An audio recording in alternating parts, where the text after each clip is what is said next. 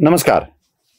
हिंदू धर्मामध्ये शूद्रांना किंवा अन्य जातींना ब्राह्मण वगळता सन्मानाचं स्थान नव्हतं, तसंच ते स्त्रियांनाही नव्हतं. अशा आशयाची मखलाशी नेहमीच केली जाते, नेहमी बोललं जातं आणि त्याच सिरीजला घेऊन आपण पुढे जातोय.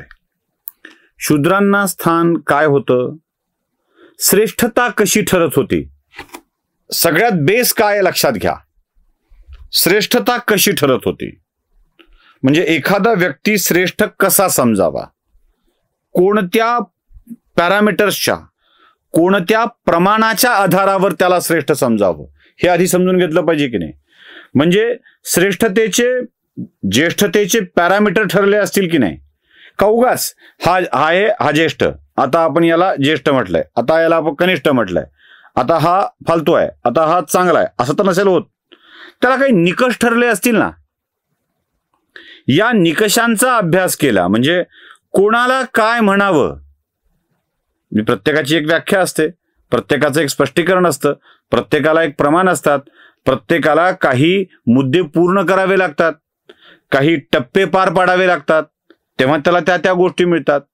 जन्माला आलेला शिशु असतो, त्याचं बालक होतं, तो किशोर होतो, तो तरुण होतो, तो मध्यम वयाचा होतो, तो वृद्ध होतो.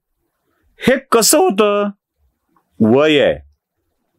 1 वर्षापर्यंत शिशु आहे, 1 वर्षानंतर बालक आहे, 16, 13, 14 वर्षानंतर तो किशोर आहे, 18 नंतर तो युवा आहे, 50, 55, 60 पर्यंत तो मध्यम वयाचा आहे, नंतर वृद्धावस्था आहे. हे ठरलंय ना. म्हणजे वयाचा एक निकष लावलाय त्याला काय ठरवण्याचा. तसा समाजातला श्रेष्ठ वर्ग कसा आहे याचे काही निकष असतील. आता या निकषामध्ये गडबड असेल, म्हणजे ही निकष ठरवण्यात गडबड असेल तर गडबड म्हणता येऊ शकेल, तर हिंदू धर्मावर वार करता येऊ शकेल. पण या निकषात जर गडबड नसेल तर हिंदू धर्मावर तुम्ही आघात कसा करू शकता. चला पहिल्यांदा आपल्याला हे निकषच समजून घ्यावे लागतील. मनुस्मृतीमधला 2रा अध्याय आणि त्यातले श्लोक क्रमांक 136 आणि 137 हे दोन्ही श्लोक मी तुम्हाला स्क्रीनवर दाखवतोय. जरा नीट बघून घ्या यासाठी की याचा अर्थ आपल्याला समजून घेतला पाहिजे. श्रेष्ठ काय आहे पहिल्या श्लोकात सांगितलं जातं. श्रेष्ठ काय आहे?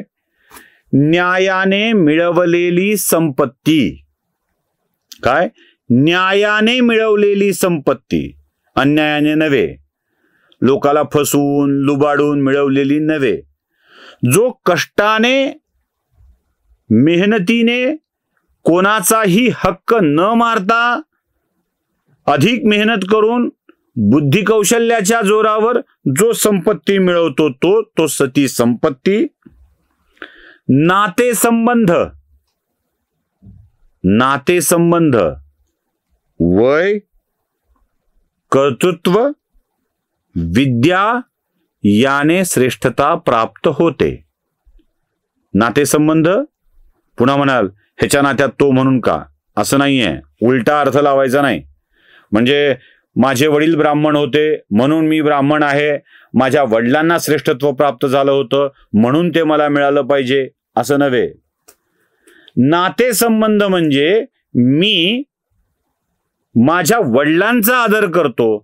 पिता होणे, आजोबा होणे हे आदराचे कारण आहेत.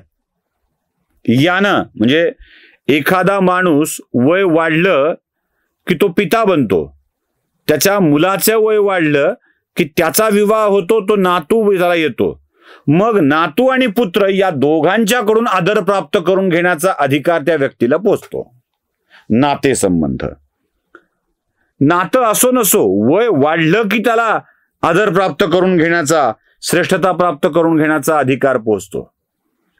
कर्तृत्व, आपण काय काम केलंय, कशामुळे मोठे झालो हे ठरतं आणि कर्तृत्व श्रेष्ठत्व प्राप्त करून देतं. आणि विद्या, ज्ञान प्राप्त करून देतं. यात कुठेतरी जन्मतः हा शब्द आहे का? आणि या श्लोकात असं म्हटलंय की ही श्रेष्ठता उत्तरोत्तर वाढत जाते. कशी? नातेसंबंध, न्यायाने मिळवलेली संपत्ती, नातेसंबंध, वय, कर्तृत्व, विद्या याने श्रेष्ठता प्राप्त होते आणि ती उत्तरोत्तर वाढत जाते. या निकषाच्या मध्ये कुठेतरी जन्म, कुटुंब हा शब्द आलाय का? नाही. नातेसंबंधाचा वेगळा अर्थ काढला जाऊ शकतो. मी नातं ते क्लिअर केलंय की नातेसंबंधात श्रेष्ठत्व कसं मिळतं. एक व्यक्ती वडील होणे, आजोबा होणे, अनेकांच्यासाठी नात्याने ज्येष्ठ होणे यामुळे श्रेष्ठत्व मिळतं. यात कुठेतरी अमक्याच्या घरात जन्मला म्हणून मोठा झाला असं येतं का? नाही येत. त्या श्रेष्ठत्वाचे निकषच वेगळे आहेत. नुसते निकष सांगून मनुस्मृती गप्प बसत नाही. म्हणजे नुसतेच निकष सांगितलेत आणि गप्प बसलाय असं होत नाही. निकषाच्या पुढेही काही बोललं जातं. आता या श्रेष्ठत्वाच्या निकषाच्या मध्ये त्याची क्रमवारी ठरली आहे. कशापेक्षा काय जास्त मोठा आहे ते दुसऱ्या श्लोकात आहे. तो दुसरा श्लोक पुन्हा बघा. कशापेक्षा काय जास्त महत्वाचं आहे ते यात कळतं. संपत्ती जेवढी महत्वाची आहे ना, संपत्तीपेक्षा नाते जास्त महत्वाचे आहेत. संपत्तीपेक्षा नाते जास्त महत्वाचे मानावे. म्हणजे कसं, नातं गुरु शिष्याचंही असतं, नातं गुरु आणि शिष्याचं सुद्धा असतं.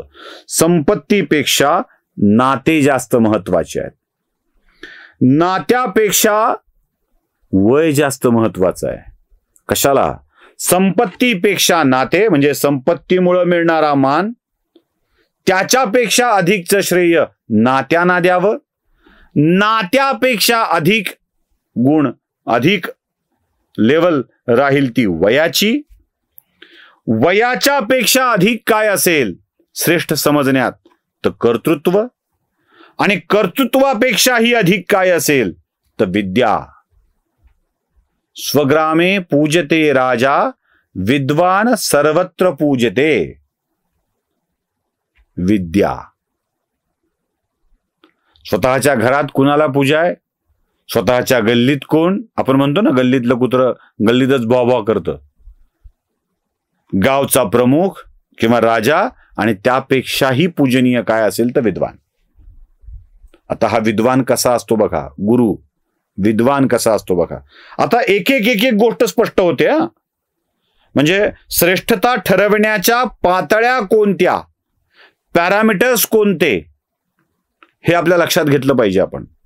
म्हणजे पहिल्यांदा आपण काय बघितलं?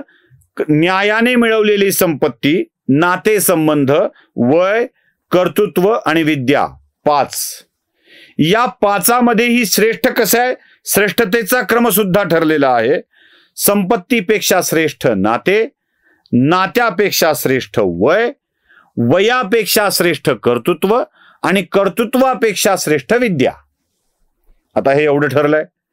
विद्या म्हणजे ज्ञानी माणूस, ज्ञानसंपन्न माणूस, गुणवान माणूस, कलाकार माणूस. जरा पुढे जाऊया. आज फक्त आपण पॅरामीटर्स समजून घेणार आहोत. मग पुढच्या भागामध्ये बाकीच्या गोष्टी बघूया.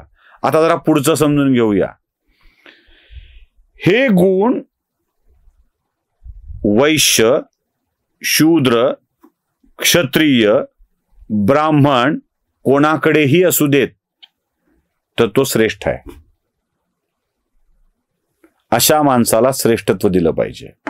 विद्या, वय, कर्तृत्व, संपत्ती किंवा नुसती विद्या, नुसतं कर्तृत्व, नुसतं वय कोणत्याही वर्णातल्या माणसाकडे असेल तर तो श्रेष्ठ ठरतो. हे लक्षात घ्यायला हवं. आणि असा कोणताही गुरु होऊ शकतो हे सांगितलंय. एवढ्यावर काम भागणार नाहीये. आत्ता फक्त पॅरामीटर नक्की झालेत.